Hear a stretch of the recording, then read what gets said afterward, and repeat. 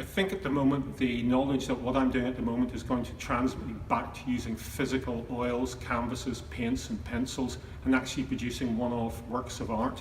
I've been working in the digital medium and the physical mediums and combining them, but I want to move back now perversely to the physical medium and do one-offs, because these images really are going to find another life, another aesthetic level whenever they become individual physical works of art.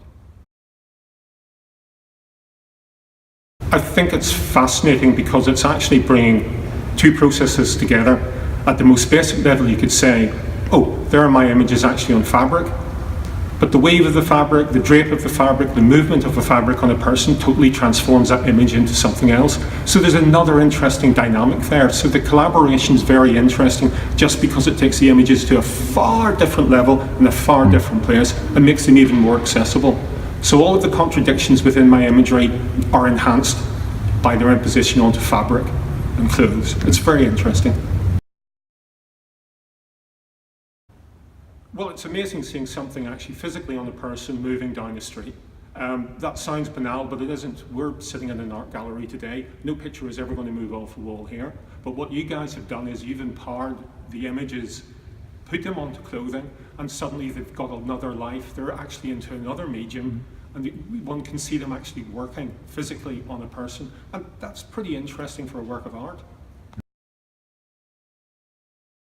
Fashion and art are now evolving at such a speed.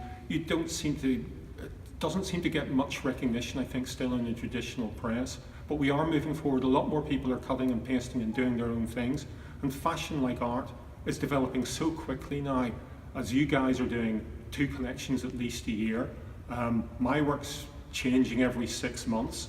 But traditionally, art has been seen as a very slow continuum. Stuff develops very slowly.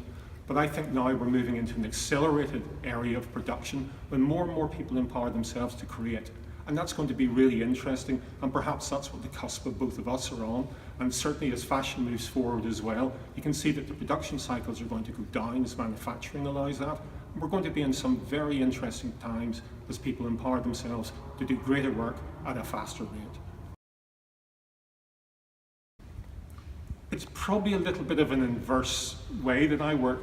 I'm actually trying to attack the language and grammar of how fine art is normally read. I go in and conflict and try to destroy that language and replace it with something else.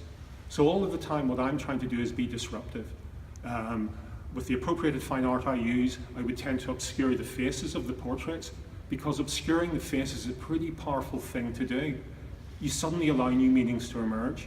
People's eyes just have to shuttle about the frame as they search for new meanings in these compositions. And out of new meanings come new trajectories of interpretation. And out of that interpretation comes user engagement. So people are interested in images, they're looking in, they're not just receiving, they're actually having to make a contribution themselves to understanding it. And that's fascinating.